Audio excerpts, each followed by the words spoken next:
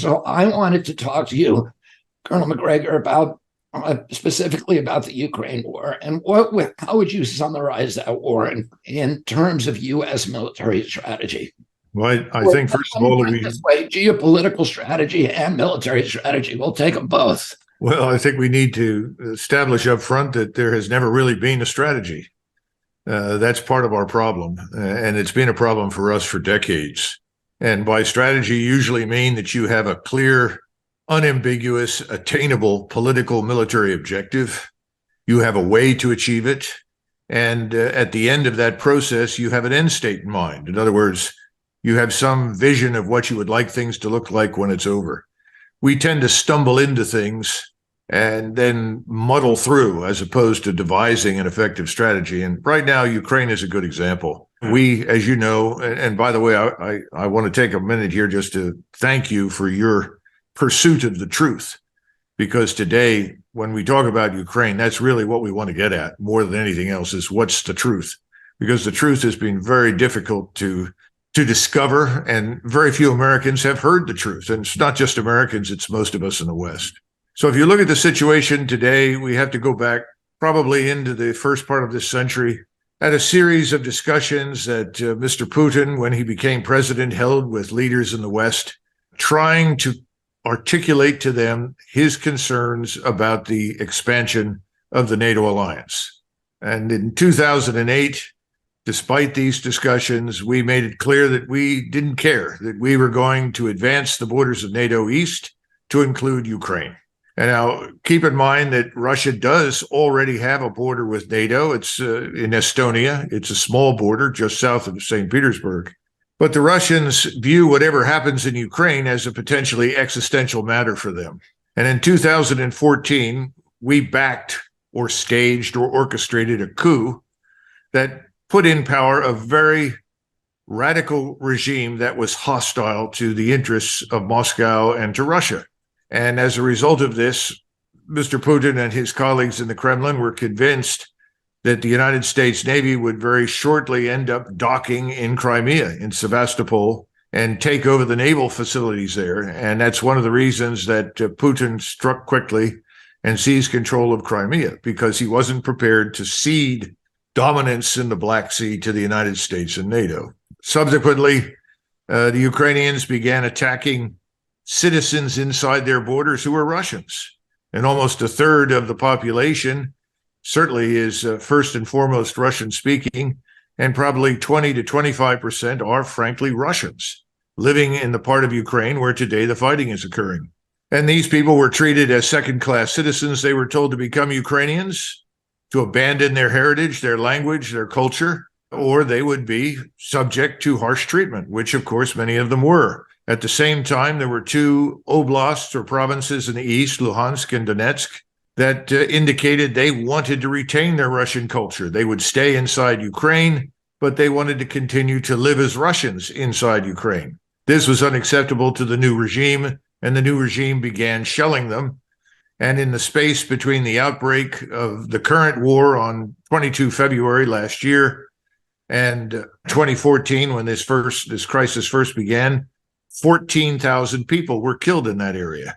And the Organization of Security and Cooperation in Europe has reported very clearly that all of this was started not by Russia, but by the new Ukrainian government. Now, over time, it became very clear that some solution had to be found to avoid expanding this war. And that is one of the reasons why the Minsk Accords were drafted. And they were simply drafted with the goal in mind of providing equal rights before the law for the Russians in eastern Ukraine and putting an end to the violence and the killing.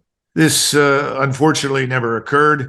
And now we know from the statements from Chancellor Merkel in December of last year and more recently from President Macron that these agreements were in fact a fraud, that these agreements were designed to simply buy time for Ukraine while we poured billions of dollars in extraordinarily good modern equipment and training into the Ukrainian armed forces, specifically the army.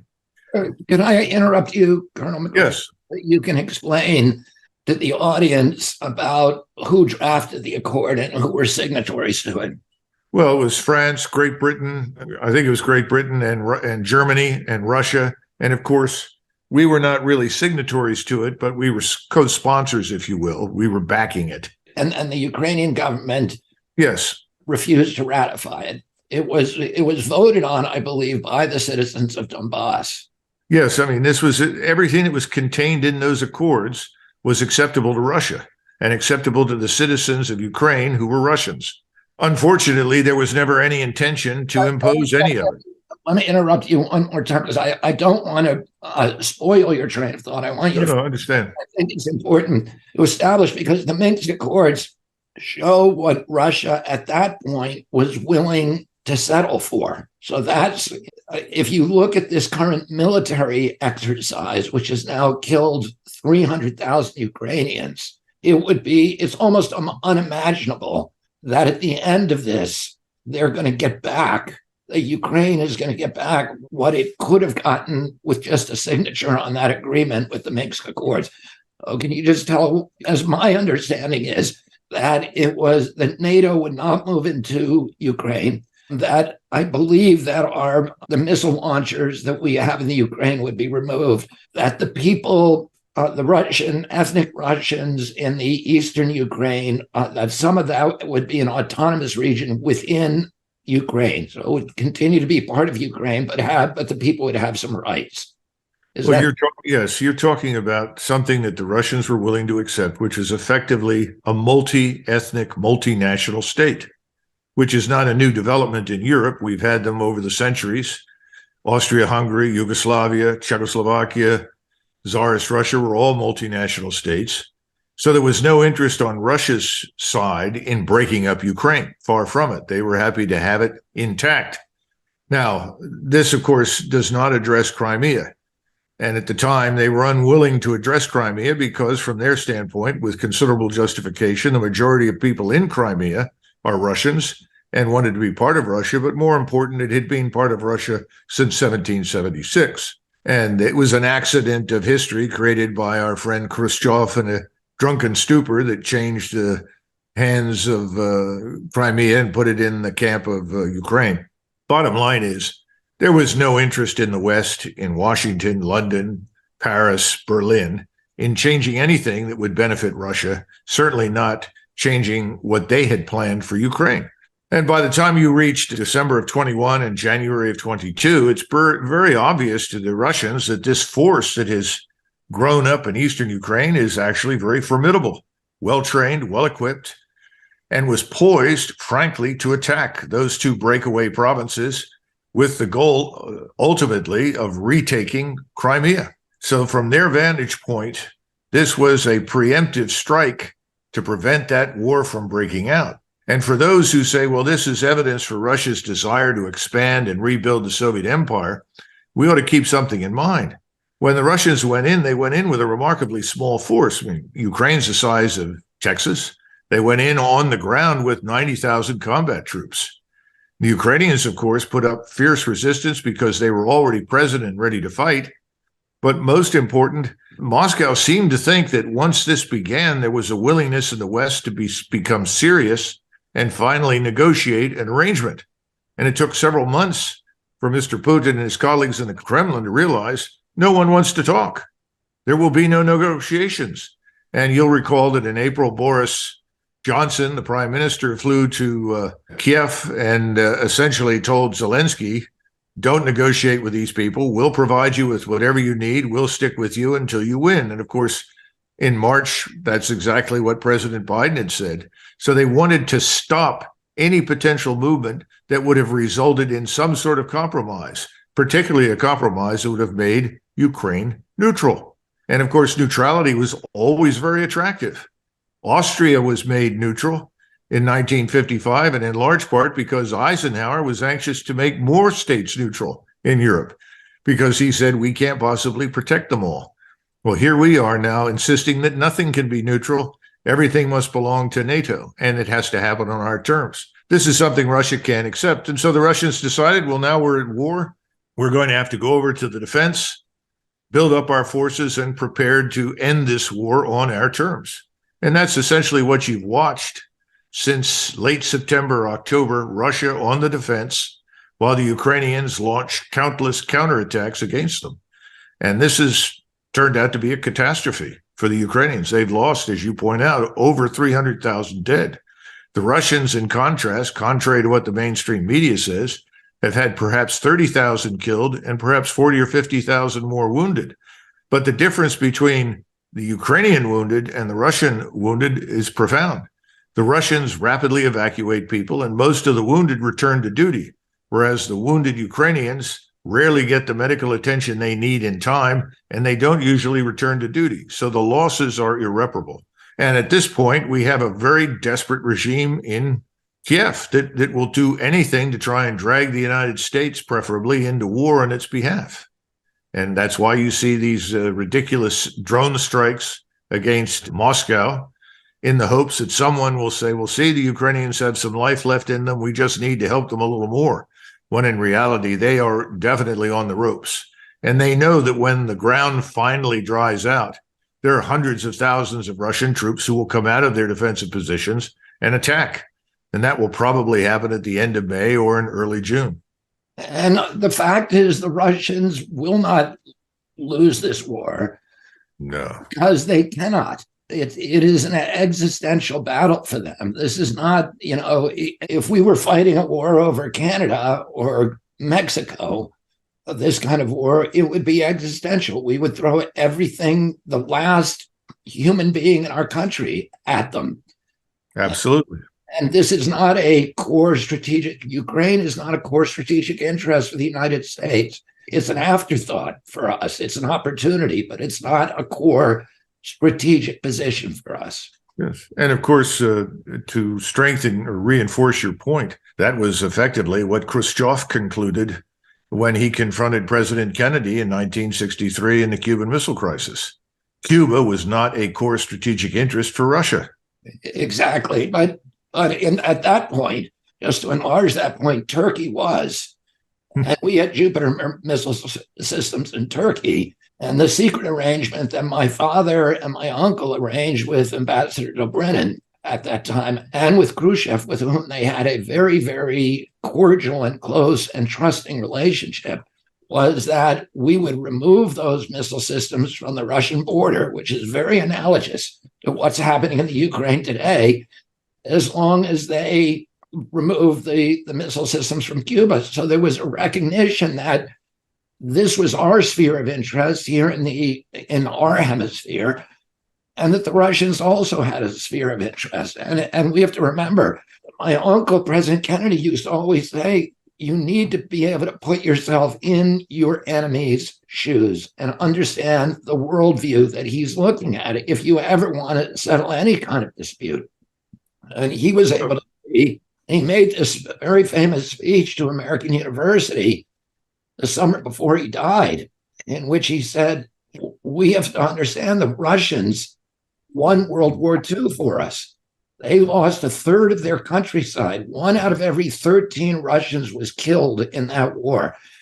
Russia has been invaded 3 times from the east with cataclysmic impacts on the country. We've never been invaded in this country. And the sensitivity, not just from Vladimir Putin, but from every Russian, is acute to the threats coming from Europe and abroad. Well, I think that's true, but there's another feature that we should not overlook. Both President Kennedy and Premier Khrushchev wanted to avoid a cataclysmic war. Neither side wanted a nuclear exchange or a war that would end up being global and hopelessly destructive. That seems to be missing.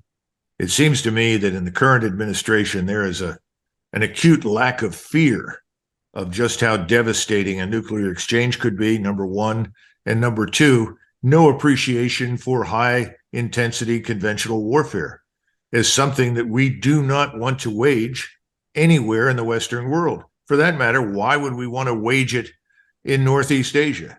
We live in a different world today. The military solution to every problem is the wrong solution. And that is a huge problem in Washington. There's this lack of appreciation of just how destructive war is, not just for your enemy, but for you.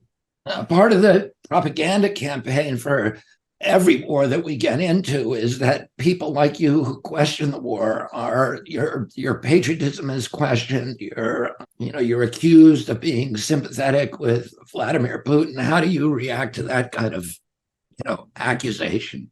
Well, you're right. We tend to demonize anyone that we want to essentially dethrone or where we're planning regime change. And this regime change thing has gotten us into severe trouble. All we have to do is look at what's happened in Iraq and Afghanistan, look at what happened in Libya. The notion that we would try to impose regime change on Russia is sheer lunacy. It's not going to happen. As far as what is President Putin, I don't know the man. I've never met the man.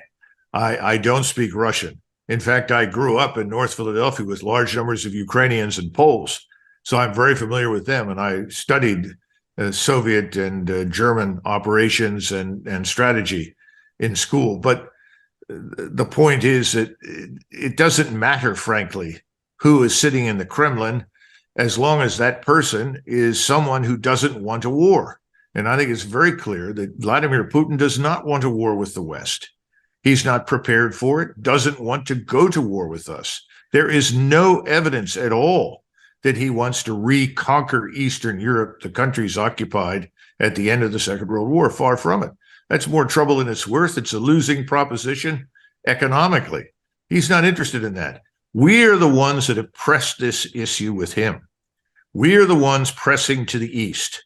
He's not pressing to the West. He wants to negotiate an end to this, but if he can't, he will go as far as he needs to in Ukraine to ensure that his country is secure. Now, I think we should intervene along with our allies. We should offer to hold talks, no preconditions, drop all this nonsense about the Russians have to commit national suicide in order to qualify as partners for a negotiation. That's a lot of nonsense. We need to treat them as equals, not as enemies. In fact, I worked with the Russians in the early part of this century when I was at Supreme Headquarters, Allied Powers Europe, and I interacted with them when I was on active duty in the 90s. The Russians did not behave like enemies. In fact, they bent over backward to assist us when we were dealing with Islamist terrorism, provided us with enormously important intelligence.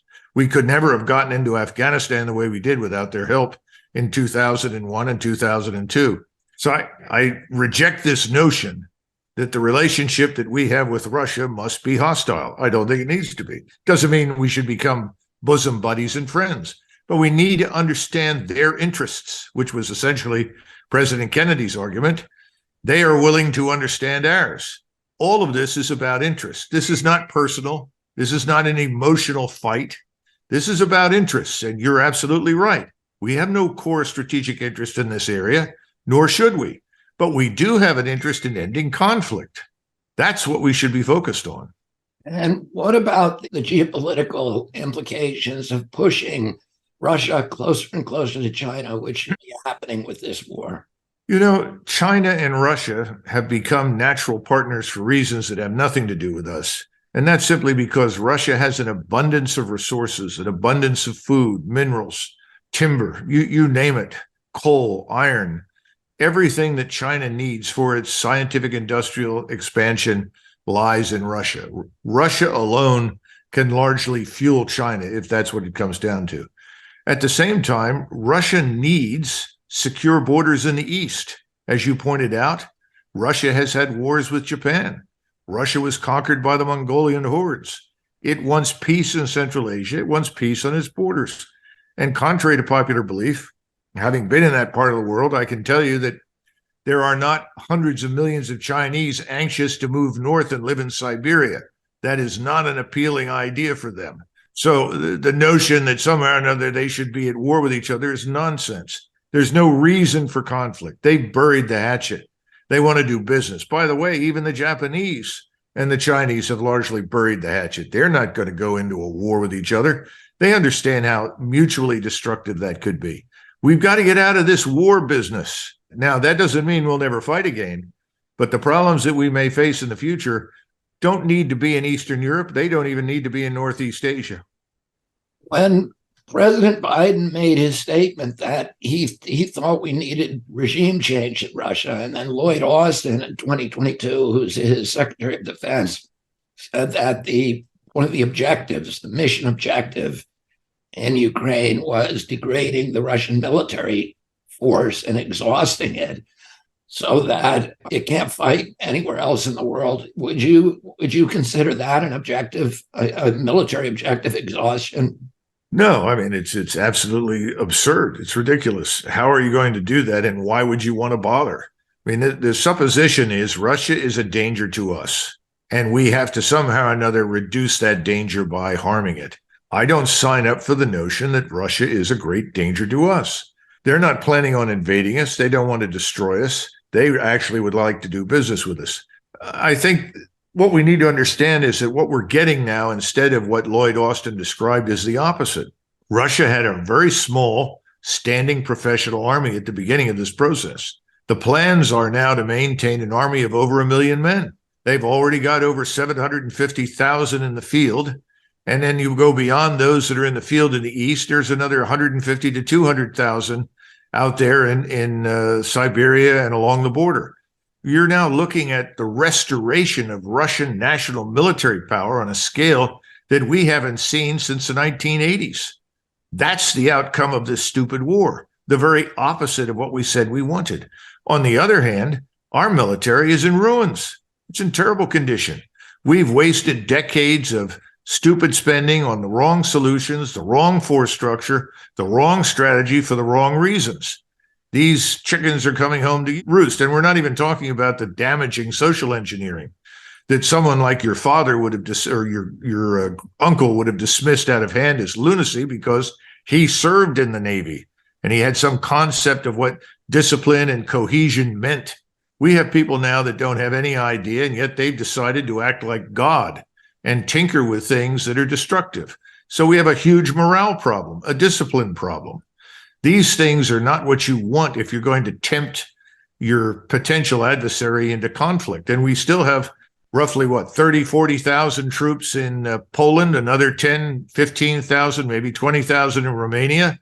And we keep urging the Poles to be prepared to join with us to do what? I can't imagine. Fortunately, the Polish chief of staff has spoken out recently and made it very clear that the Polish military is not ready to fight in Eastern Europe. It doesn't have the ammunition to sustain itself. So hopefully more sober-minded people will prevail. But at the moment, it seems like we have the finest yes men in the history of the armed forces who will repeat stupidity without interruption. And that has got to stop. Ultimately, what is the chance of nuclear war, and how does the nuclear weapons of the Russians compare to the U.S. forces and U.S. capabilities? Well, the Russians have probably 1,000 or more warheads than we do on hand. They may have some additional launchers, but to be perfectly frank, we have thousands of launchers and weapons. They have thousands. We have more than enough nuclear capability to annihilate life on planet Earth. So it's not so much a question of numbers. It's a question of thinking and intent. The Chinese declared a long time ago, no first use. They just simply said, we will not use a nuclear weapon if we are attacked. That's our last resort. If you don't use it, we won't use it. I think the Russians take the same position. I read through their doctrine, looked at it very carefully. They have recently stated that if they see evidence that we are on the verge of using a nuclear weapon, they would consider attacking us. But that is not something they expect, and it's not something they want. We are the ones that have changed our attitude. When President Biden spoke in Warsaw, at the same time he was in Warsaw, they rewrote the nuclear doctrine, and we had essentially adopted the same position. If you don't use nuclear weapons against us, we won't use them against you. We've now altered that and said that we may consider certain conditions involving only high-end conventional forces. If we judge that to be threatening enough, we may use nuclear weapons. I think that's catastrophic. I think they should be taken off the table. But this is the new wave in Washington. They think strategic ambiguity is a good thing. I think it's a catastrophe. And what about the fact that we've walked away from a series of treaties that limited short-range or medium-range nuclear missiles and anti-ballistic missiles? Can you just talk a little bit about that and what kind of signal that sends not only Russia, but the rest of the world? Well, the precondition for arms control to be successful is that you maintain an arsenal that is strong enough, flexible enough, capable enough that no one in their right mind is going to challenge it. We've done that. Now, we did sign on to certain treaties that removed, from our standpoint at the time, a potentially destabilizing weapon system, and that was the INF Treaty, the Intermediate Nuclear Force Treaty. We fielded something called the Pershing II. Most of your viewers are not aware of this, but the Pershing II was a hypersonic missile. Once launched, you couldn't shoot it down. And putting those in Germany put Russia's arsenal at high risk. The Russians eventually came to the table, and we decided to take it off the table because we saw it as very destabilizing and dangerous. I think it was unfortunate that we left that treaty. Now, there are other areas that are a little more vague. We left that treaty when in 2019 or something, right? Yes. And I don't think that should have lapsed. I think that's something that we should have retained. But again, we're at a point now where we are seen as having been so dishonest in our dealings with Moscow. One wonders what the Russians would sign that we were willing to sign. I mean, this is a huge problem. Our credibility is gone. I don't think the Russians are ready to sit down and talk to us about much of anything. That's why I think it's very dangerous. If nothing else, we should step forward and say no first use. We will not use nuclear weapons. And that's absolutely vital today, right now in Eastern Europe. Do you have optimism for the future? What do you see the future as? If you and others like you in the political arena demand the truth, fight for the truth, represent the truth, then I'm optimistic because I think we can turn around the disaster that we have in our hands today inside the Beltway.